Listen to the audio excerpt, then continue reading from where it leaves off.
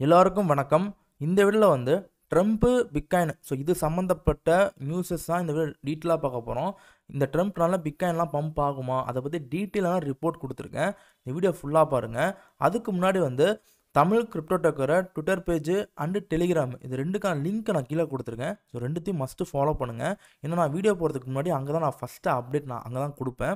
இப்போ நம்ம என்ன பார்க்க போறோம்னு கேட்டா வந்து இந்த ட்வீட்ட பத்தி தான் டீட்டெயிலா நம்ம பார்க்க போறோம். ஆக்சுவலி வந்து இதுல ஒரு 4 விஷயம் நான் சொல்லியிருக்கேன்ல. இந்த விஷயத்த பத்தி நான் டீட்டெயிலா பார்ப்போம் நம்ப. இதுல வந்து ஃபர்ஸ்ட் 3 விஷயம் பார்க்க போறோம். ஃபர்ஸ்ட் வந்து security and exchange board commission என்னென்ன பண்ணணும். அதுக்கப்புறம் வந்து ட்ரம்ப் வந்து என்னென்ன மாதிரியான பாலிசி கொண்டு வரணும். 3வது வந்து ஃபெட் என்ன பண்ணணும். இந்த 3 பேரும் பண்ணாதான் வந்து பிட்காயின் எல்லாமே பம்ப் ஆகும். அவங்க என்னென்ன பண்ணணுங்கிறத நான் டீட்டெயிலா சொல்றேன். ஃபர்ஸ்ட் இந்த ட்வீட்ல வந்து ஒரு 4 விஷயம் சொல்லியிருக்கேன். இதுல வந்து இந்த ரூல் நம்பர் 3B06 வந்து வித்ட்ரா பண்ணணும். அதுக்கப்புறம் வந்து பேங்கை ஈஸி பண்ணணும். அதுக்கப்புறம் வந்து இந்த ஃபிட்டுங்கிற அந்த fit for the 25th century act இதை கொண்டு வருங்கிற மாதிரி சொல்லியிருக்கேன். அதுக்கப்புறம் வந்து எத்திரியமோட ETF அப்ரூவ் பண்ணுங்கிற மாதிரி நான் சொல்லியிருக்கேன். இதை பற்றி நம்ம டீட்டெயிலாக பார்ப்போம்.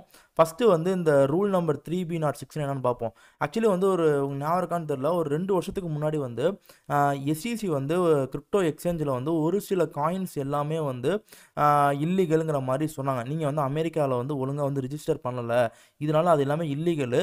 அதனால் வந்து ஒரு 76 இல்லைனா வந்து ஒரு 80 கிரிப்டோ கரன்சிஸை வந்து இந்த அமெரிக்காவில் வந்து இருக்கிற எக்ஸ்சேஞ்சு இருக்க எல்லாத்தையுமே வந்து டீலிஸ்ட் பண்ணாங்க.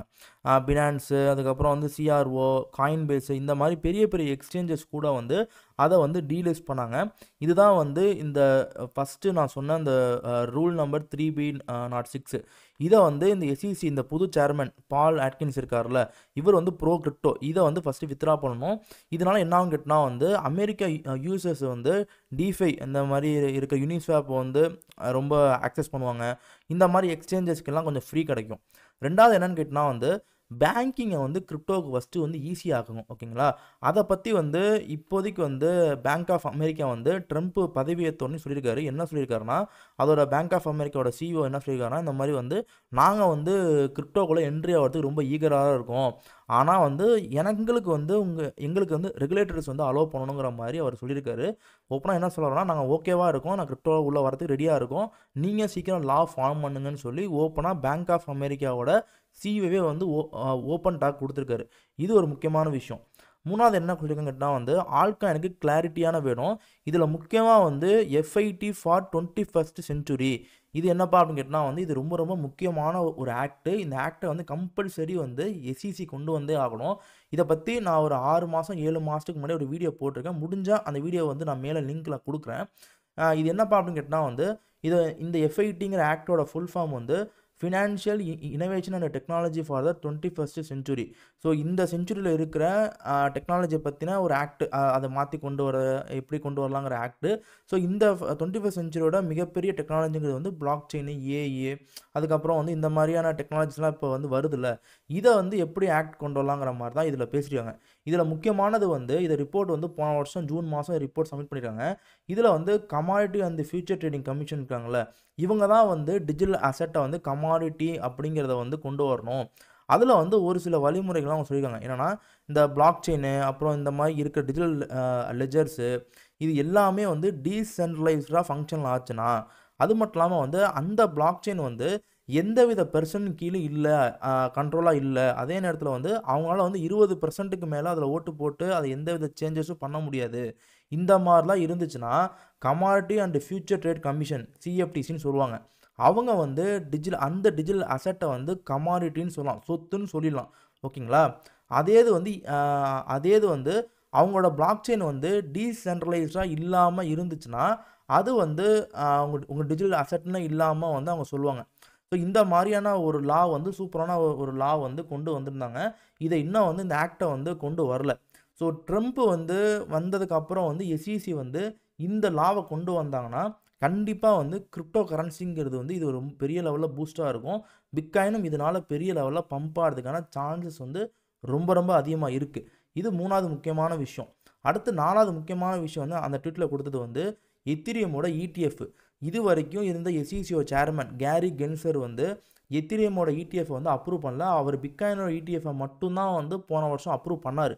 ஆனால் எத்திரியத்தோட ETF வந்து இன்னும் இவ்வளோ இருக்குது. இன்னும் இவ்வளோ ETF வந்து இன்னும் அப்ரூவ் பண்ணலை. இந்த இடிஎஃப் அப்ரூவ் ஆச்சுன்னா எத்திரியமும் பெரிய லெவலில் பம்ப் ஆகிறதுக்கான சான்ஸ் ரொம்ப ரொம்ப அதிகமாக இருக்குது. எப்போ எத்திரியம் பம்ப் ஆகுதோ அப்போ தான் ஆல்காயின்ஸும் பம்ப் ஆக ஸ்டார்ட் பண்ணும். ஏன்னா எத்திரியம் தான் ஆல்காயின்ஸை வந்து ட்ரிகர் பண்ணி விடும் அதோட பம்புக்காண்டி. இதனால் இந்த 4 விஷயங்களும் வந்து ரொம்ப ரொம்ப ரொம்ப முக்கியமான விஷயங்கள். இந்த 4 விஷயமும் இந்த அமெரிக்கா இப்போ ட்ரம்ப் மாறினதுக்கப்புறம் இந்த சேர்மன் வந்ததுக்கப்புறம் இந்த 4 விஷயத்த வந்து எஸ்இசி பண்ண வேண்டும். இதை பண்ணால் பிட்காயின் கிரிப்டோலாம் பெரிய லெவலில் பூம் அடிக்க சான்ஸ் அதிகமாக இருக்குது. இது ஃபஸ்ட்டு விஷயம். 2வது விஷயம் என்னன்னு கேட்டால் வந்து ட்ரம்ப் என்ன பண்ணணும்? Okay, security and exchange commission பண்ணிடுச்சு. இப்போ ட்ரம்ப் என்ன பண்ணணும்னு கேட்டால் வந்து ட்ரம்ப்புக்குன்னு ஒரு பவர் இருக்குது. ட்ரம்ப் வந்து நம்ம இந்தியாவில் இருக்கிற ஒரு பார்லிமெண்ட் பவர். ஃபஸ்ட்டு வந்து கிரிப்டோக்கான டேக்ஸை வந்து கம்மி பண்ணணும். ஓகேங்களா? ஏன்னா இதுக்கு முன்னாடி இருந்த டேக்ஸஸ் எல்லாமே கேபிட்டல் கெயின் டேக்ஸ்லாம் கிரிப்டோவுக்கு ரொம்ப ரொம்ப அதிகம் அமெரிக்காவில். அதை கம்மி பண்ணணும். அதுக்கப்புறம் அமெரிக்காவில் இருக்கிற கிரிப்டோ கம்பெனிஸுக்கு எல்லாத்துக்குமே மானியம் கொடுக்கணும். அண்டு டேக்ஸ் ஃப்ரீ பண்ணணும். இது வந்து ட்ரம்ப் பண்ணணும். இதை பற்றி அவர் பேசியிருக்காரு. இது 2 முக்கியமான விஷயம். 3வது ரொம்ப ரொம்ப ரொம்ப ரொம்ப ரொம்ப முக்கியமான விஷயம்னு கேட்டால் வந்து பிட்காயின் ஸ்ட்ராட்டஜிக் ரிசர்வ் பில்லு. இதை முக்கியமாக அவங்க கொண்டு வரணும். இதை வந்து என்னென்னு கேட்டால் வந்து இந்த பில்லை பற்றி நான் முன்னாடியே பேசியிருக்கேன். இந்த பில்லை வந்து செனட்டர் லூமிஸுங்கிறவங்க தான் கொண்டு வந்தாங்க. இது என்னென்னு கேட்டால் வந்து ஒரு வருஷத்துக்கு 2 லட்சம் பிட்காயினை வந்து அமெரிக்கன் கவர்மெண்ட்டே பை பண்ண போகுது. 5 வருஷத்துக்கு பை பண்ண போகுது. ஸோ 5 வருஷத்தில் வந்து 10 லட்சம் பிட்காயினை வந்து பை பண்ண போகிறாங்கிற மாதிரி ஒரு அந்த பில்லுங்க. இந்த பில்லை வந்து உடனேலாம் கொண்டு வந்துட முடியாது. செனட்டரை பாஸ் பண்ணோம். 2 நம்மள இருக்கிற ராஜ்யசபா லோக்சபா மாதிரி அங்கேயும் இருக்குது. அங்கே உள்ள இதில் லாவை பாஸ் பண்ணி இதை முக்கியமாக கொண்டு வரணும்.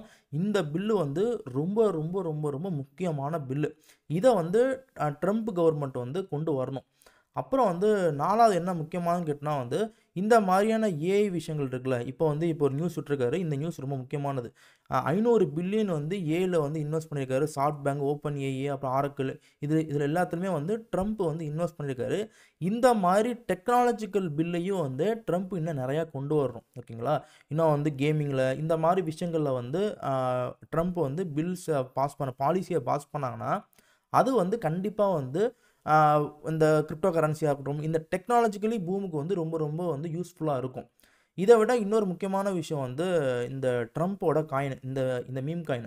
இந்த மீம் காயினை பொறுத்த வரைக்கும் நான் இதை வாங்கலாமா வேணாமா, ஸோ இதை பற்றிலாம் நான் வந்து பேச விரும்பலை நான். பிகாஸ் ஆஃப் நான் இதை வந்து பை பண்ணல. ஓகேங்களா?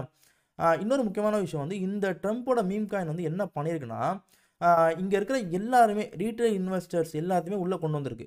ஏன்னா எல்லா கண்ட்ரிஸுமே ட்ரம்ப் பெரிய ஆள்ல அன்னைக்கு வந்து இந்த ட்ரம்ப் மீம் காயின் வந்தவொடனே எல்லாருக்குமே கிரிப்டோனா என்னன்னு தெரியுது. இப்போ என் ஃப்ரெண்டே 2-3 பேர் கால் பண்ணி ட்ரம்ப்னு ஒரு மீம் காயின் இருக்காமடா, அதை நம்ம இன்வெஸ்ட் பண்ணுங்கிற மாதிரி கிரிப்டோ பற்றி ஒன்றுமே தெரியாதவங்க கூட இப்போ உள்ளே வர ஆரம்பிச்சிருவாங்க. ஸோ இந்த ட்ரம்ப்போட மீம் காயின்ங்கிறது வந்து ட்ரிகர் பண்ணி விட்ருக்கு. இங்கே உள்ளுக்குள்ளே லிக்விடிட்டி வந்து கொண்டு வர ஆரம்பிச்சிருக்கு. இது வந்து ஒன் ஆஃப் த குட்னு நான் சொல்லுவேன். ஓகேங்களா?